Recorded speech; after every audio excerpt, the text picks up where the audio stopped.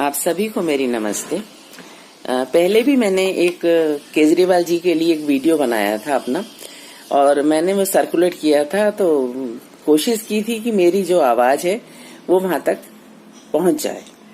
आज उसी को आगे बढ़ाते हुए मैं अपनी बात कहना चाह रही हूँ कि आपने जो फ्री के लिए चीजें दी हैं जनता को, उसके क्या क्या नुकसान हमें उठाने पड़ रहे हैं, उसके विषय में केजरीवाल जी मैं आपको बताना चाहती हूँ। आपका शायद ध्यान इस तरफ नहीं गया होगा कि जनता वो फ्री के पैसे से बर्बाद हुए लोगों से हम लोग किस तरह से परेशान हो रहे हैं। आपको एक उदाहरण देके समझाती हूँ। आपने जो बताया कि जहाँ झुग्गी है वहीं पर आप मकान बना लें अपना, उसका क्या हुआ? एक जो झुग्गी टेम्परेरी बनी हुई थी उस पर लोगों ने 4-4 मंजिल के मकान खड़े कर दिए। झुग्गी वालों के पास पैसा नहीं था तो उनको और आ गए जो फाइनेंसर थे, उन्होंने पैसा लगा के झुग्गी बना दी, 4-4 मंजिल खड़ी कर दी। अब उसका क्या हुआ, जितनी भी पॉश कॉलोनी थी दिल्ली की और उनके बीच में ये झुग्गियां बस रही थी।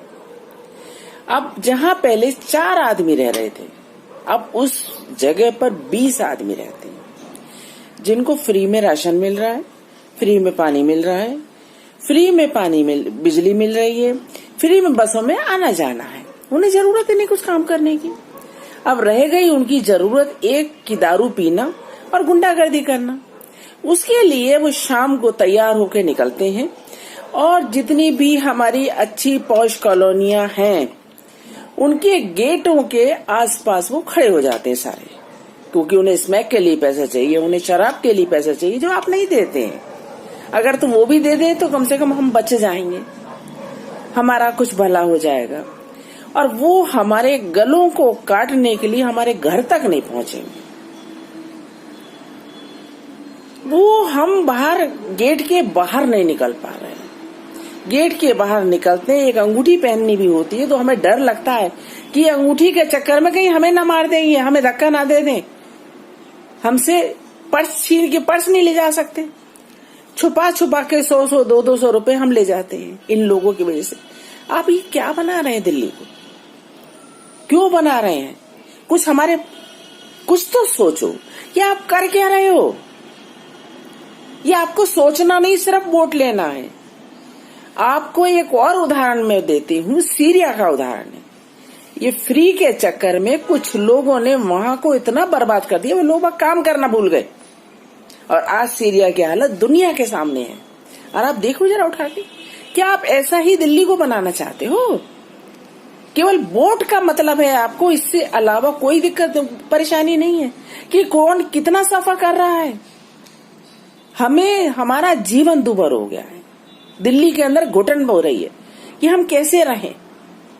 पानी की दिक्कत, बिजली की दिक्कत, उनका पैसा भी हमारी जेब से जा रहा है। आप तो दे नहीं रहे, क्या आप अपनी तनख्वाह में से दे रहे हैं? नहीं दे रहे आप तनख्वाह में से, उसका भी बिल हमारे जेब से, क्योंकि बिजली बनाने में, पानी तैयार करने में उसमें पैसे खर्च होते हैं, कंपनियां खर्च करती हैं और उसको पे करना होता है। वो कहाँ से आता है?